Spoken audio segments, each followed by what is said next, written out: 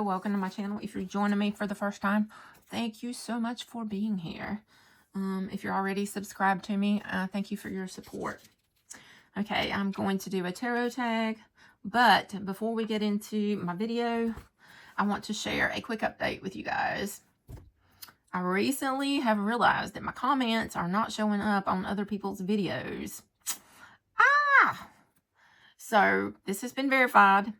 I can see my comments, but they're completely invisible to everyone else. So my account is caught in a technical glitch, is what I was told.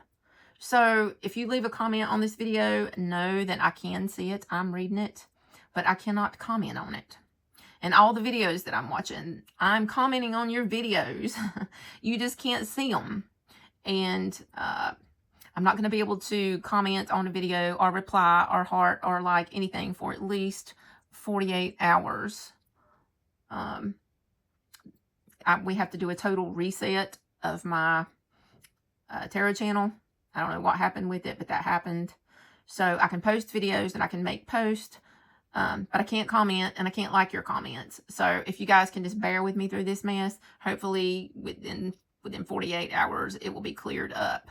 If I comment too fast, it'll have to go back and reset again. So I'm going to wait. So I wanted to make this video anyway, so I'm going to do that. And I will come back and comment when my time is up and I can. So I really don't know what happened with that.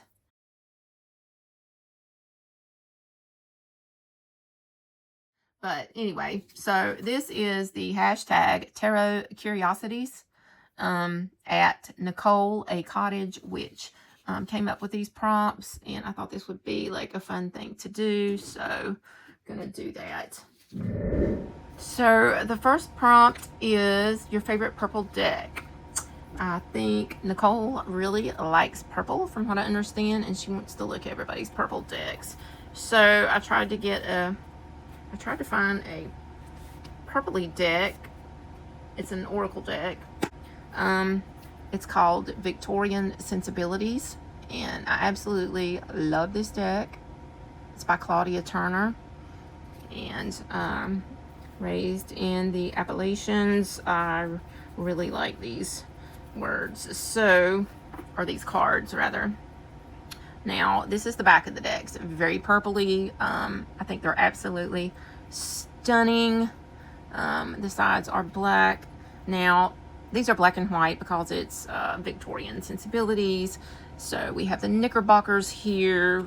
We have our door, killing the canary, over the moon. So these furky toddling. We have these really fun old words.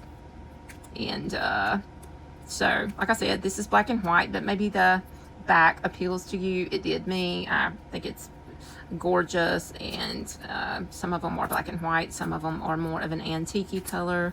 I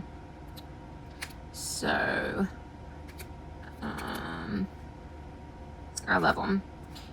I absolutely love them. We have the Bobby for the dog, enthused, clairvoyance, compassion. So anyway, I think these are great. And the mobsman, true penny and straight fingered. And it also comes, if you don't know, I know most of the words, but it comes with the phrases and what they mean. So if you're interested, I did get these on Etsy, and if you want to screenshot that if you like them. I'm not sure if they're still available or not. I should have looked before I did it, but I didn't. So the next prompt is a deck for rainy days. And rainy days to me are kind of, I don't know, dark. And when I think of a rainy day deck, it's not that it's raining in these cards, but the Dark Reflections Tarot by Lamucci. When I think of rainy days, I like, well, honestly, I like doing shadow work on rainy days or stormy days. It kind of fits the narrative for me. So I love working with these cards. One of the most stunning decks that I own, especially in the shadowy aspect or the darker aspect. So to me, this would be a rainy day deck.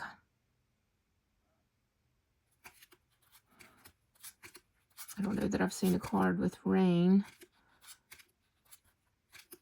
but anyway, it's just dark. It's dark outside, and this would be a deck that I would pull a rainy day or a stormy day or a snowy day.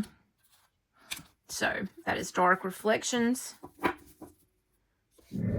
So the next prompt, a deck that loves the mud, and for that, a deck that loves the mud. I have some other earthy tarot decks, but I think this deck loves the mud.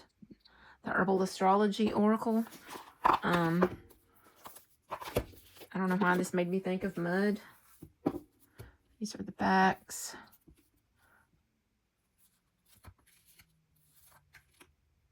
And if you have water and you have earth, then you kind of have mud.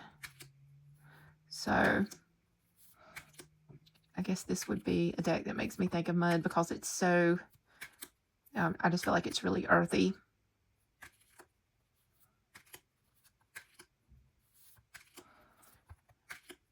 Yeah, I got the snake there and the crystals, the nettle. And I love this deck so much. I actually use it a lot. It's cannabis rue. So we have our little mushrooms. We have the tobacco, the chamomile.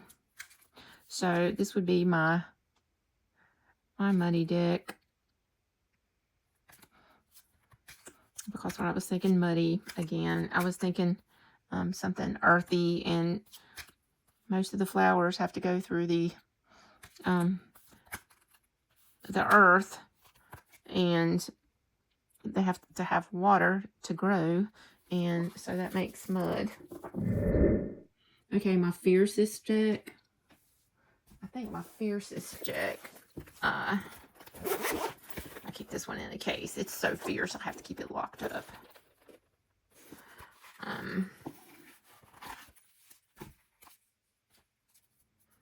Oh, and I edged it in purple too, and it's got a purple back, but this is my Fiercest deck. This is the Dark Weight tarot. I can't remember. I think I ordered this from Russia before the tariffs. Her eyes has been gouged out, so this is a pretty fierce deck.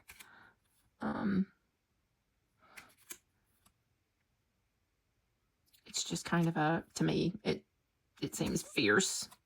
Even the page looks like he's got a little evil grin there. I love that she's like kind of looking toward us.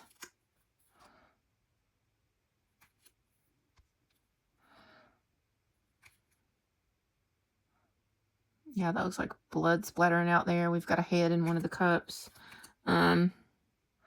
This is pretty cool. I haven't seen a Judgment card where it's half human and half bones. So I love this Queen of Swords. She has a heart in her hand. So this deck is pretty freaking fierce. It's 5 of Swords. Our Ace of Cups. Our little piece stuff. It's been shot with an arrow. They're celebrating with beheading people. I guess I need to be careful what I say now, since I can't comment. I don't know why. This will be I've had one restriction. And I do have it set to where it's not made for children. So, I don't know. That's just what I was told. There's our Magician. He looks a little shady there. I love this 10 of Swords. Anyway, I think this is a fierce I think this is a Fiercest deck. She looks like she can look right through you.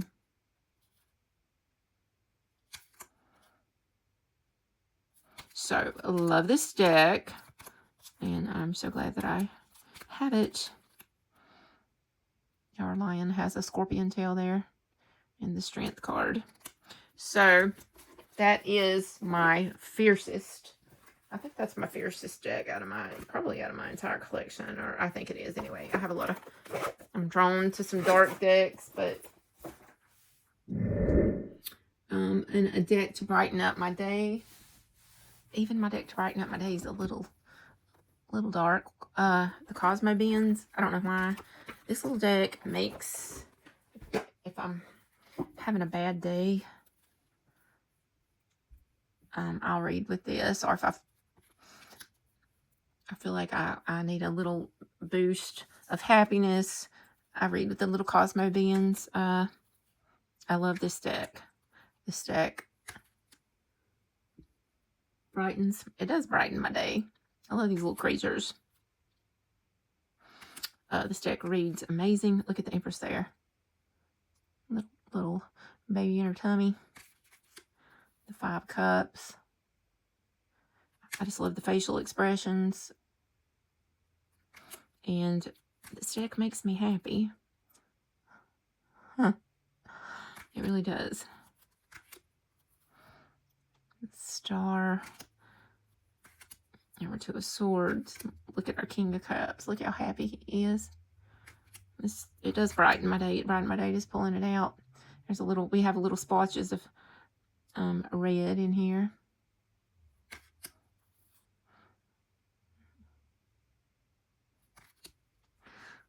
Look what a happy little support system we have going on. The Sun, we have a red kite, a little red fish, 3 of Pentacles, Temperance with the red fluids there, the red crown, the Emperor there holding the red ball. I don't know why I'm hung up on red, but anyway, this deck makes me happy. It does. It brightens my day. This brightens my day. And I think this is an extra card. I think it's fantastic. One of my favorite happy decks. Anyway, so there we have that. That is the Cosmo Band. She's the same one that made Mon's Tarot and Little Bug, which I have both of those. I think she made another one too with the cat. I can't remember the name of it. I don't have it. But I love her work. Joanna Nelson. Okay. The deck for Anxious Thoughts or Overwhelm. Well, so far, I have read the hardback book, and I have started working with the Soul Tarot for healing and self-discovery. And I have PTSD, and I'm going to come back with a full video on this after I've worked with it for a while. So, this is a deck for anxious thoughts to me and overwhelm. I absolutely love how she looks at this, and the great little messages here. The 4 of Swords, the little chicks resting under her wing. I think that is the sweetest thing ever. I love it. I love the 8 of Pentacles. I didn't think I was going to like this deck that much, to be honest with you. I love this Page of Wands. Yes, that way, no, that way. Pause and tend. So, yeah, when I'm anxious and I pull this card, I know just pause. There's a lot of pause cards in here, as a matter of fact. And I just love it. Like I said, I didn't think I was going to love it that much, but it's probably going to be one of my favorite decks. I think it's going to be very helpful for my mental health. That's why I got it. That's why I'm using it. The tethered one, I love this. This one I know absolutely She does talk about this one in the book. This is one of my favorite ones, is the King of Cups, and this particular deck for mental health, or how to say, healing and self-discovery.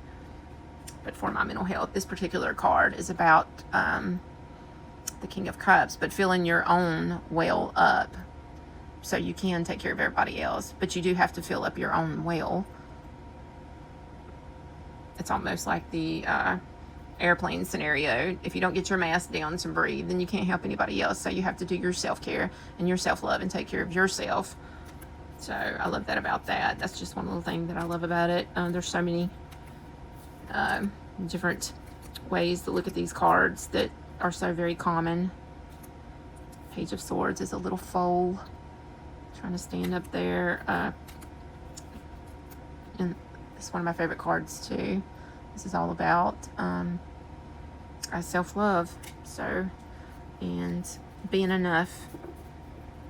So that is my deck for that prompt. A deck to help you out of a creative slump. This is going to be another oracle deck, but this is Songs of the Grandmothers, and this has helped me get out of a creative slump because in this deck, you get several blank cards, and this has got me out of my creative slump because I'm already searching. I've already got the phrase that I want to put on the cards, and my creative side, it was really hard to come up with phrases that I thought would be great for these cards. And now I'm working on, before I put them on the cards, I want to get it all on paper to make sure that it's right. I'll probably do a video when I get them done, but this deck has got me out of my creative slump. It's a very loving deck as well. So on the cards for my creativeness, I'm going to come up with a grandmother here with a message. So like we have grandmother prickly pear cactus with individuality. Embrace your different, lovable. Embrace your different, lovable, because it's yours and no one else compares. And I just love these messages. Grandmother Black Panther is passion. Welcome your wildness. Let your heart fire lead the way. Playful in the dark.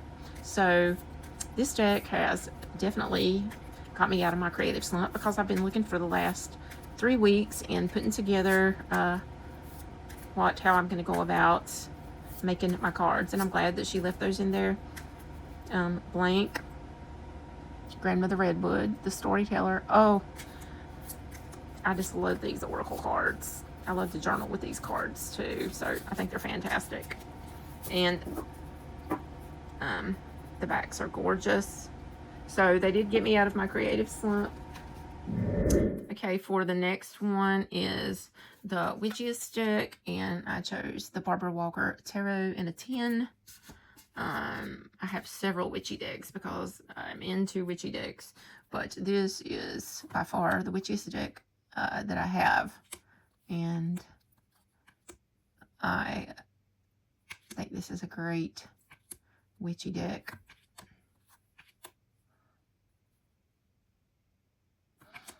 Very, very occult, witchy.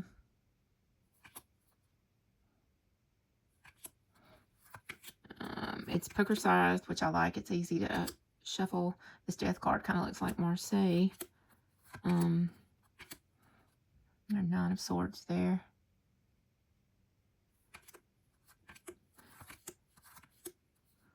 There are 9 of Pentacles.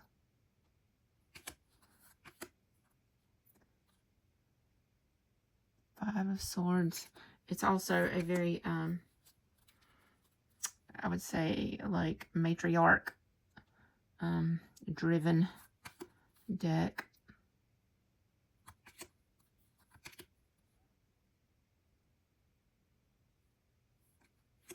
As you can probably tell, but yeah, this is the witchiest deck that I have, and I think it's fantastic. It's one of my, this made my top 10 that I would never ever get rid of. So I love it.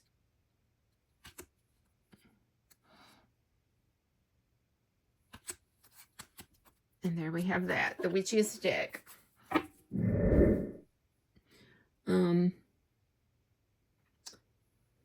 The most inventive guidebook.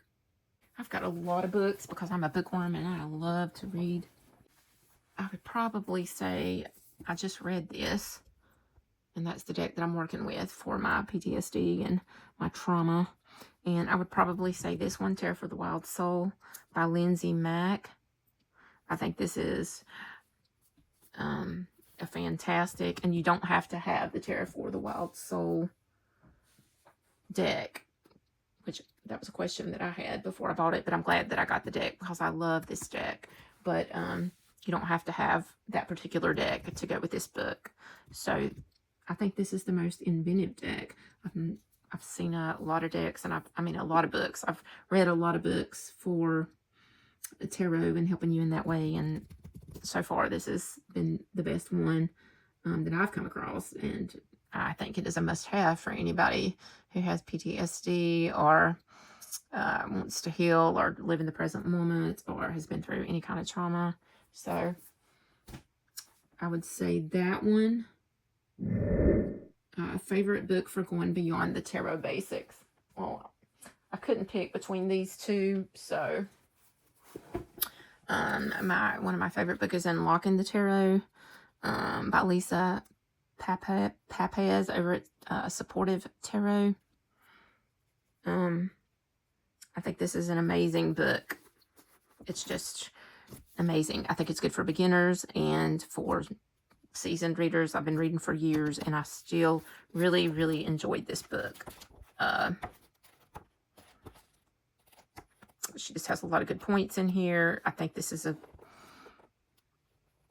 great book. So the content, you get the introduction, and it's forwarded by Barbara Moore, and I love her. I have a lot of her books. Setting the record straight, keywords, the major arcana, the numbered minor arcana, the 16 faces of the court cards. Don't let these mix-ups trip you up. Making connections, card combinations. You can never quit learning. Common tarot spreads, the practice, and the conclusion. But I think this is one of my favorite tarot books. And I'm sure you probably recognize her and probably follow her if you're watching this. And my other book, I don't know that I've heard a lot about this, but I love this book. Going Beyond the Little White Book by Liz Worth. This is different. I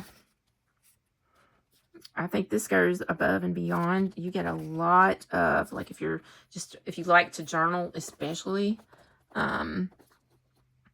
after each card, you get like 10 questions. Let's just do an example and look at one of the cards. Okay, we're going to do the moon. Examine your illusions. So you get the intention of the moon, a mantra for the moon. It talks about the moon for quite a bit. And you get the divinatory meaning, and then you get if the moon card appears in a challenging position. So you get that, and examples of how this card might manifest in your life overall. So you get the career related reading, if that had anything to do with it.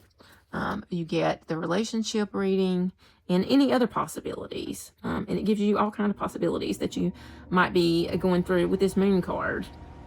And then you get examples of how this card might manifest as a challenge. And then you get all these great questions to ask if you're someone who journals, or if you just want to learn more about the card. Where are you deceiving yourself? Is there any area in your life where you wish you could be happier? What are you compromising or settling for? Do you feel as though you can't fully be who you are? Have you been thinking of exploration, meditation, or other healing work? Now, I eat this stuff up and leave no crumbs. I just really do. And apparently, the same card I really like because I highlighted almost the entire page. So, you get a lot of information, and you get the same information with the minors. So that, and this was the That's not the last one. This was the last one before this one that I got. So I literally just read, as a matter of fact, I read this one 2 times. The whole damn thing. I just didn't go through it. I'm a bookworm. So yeah, I read it and made notes. So let's see. A YouTuber who inspires your creativity. This YouTuber I started following on Facebook, and before I even got on YouTube, and then when I got on YouTube, I found their channel. And before I started a YouTube channel, first I had a yoga channel, and then I changed it to a YouTube channel. But is Simon at the Hermit's Cave. I love the Facebook group. It has really sparked my creativity. And I love his YouTube channel. Not only do I love his walkthroughs and his the talks that he has, and he brings back older decks, and he also takes trips. I just watched a trip with him and Sandra go to Glastonbury, which I really enjoyed. That sparks my creativity because I'm looking up Glastonbury and I'll probably never get to go there, so I love it when I get to see stuff like that. Yeah, his whole channel I just absolutely love. So that is my YouTuber who probably inspires my creativity, because it sends me digging for stuff sometimes, and looking up places and doing different things. So yes, and also his video, he is the one who taught me how to edge my cards, which has been very helpful in my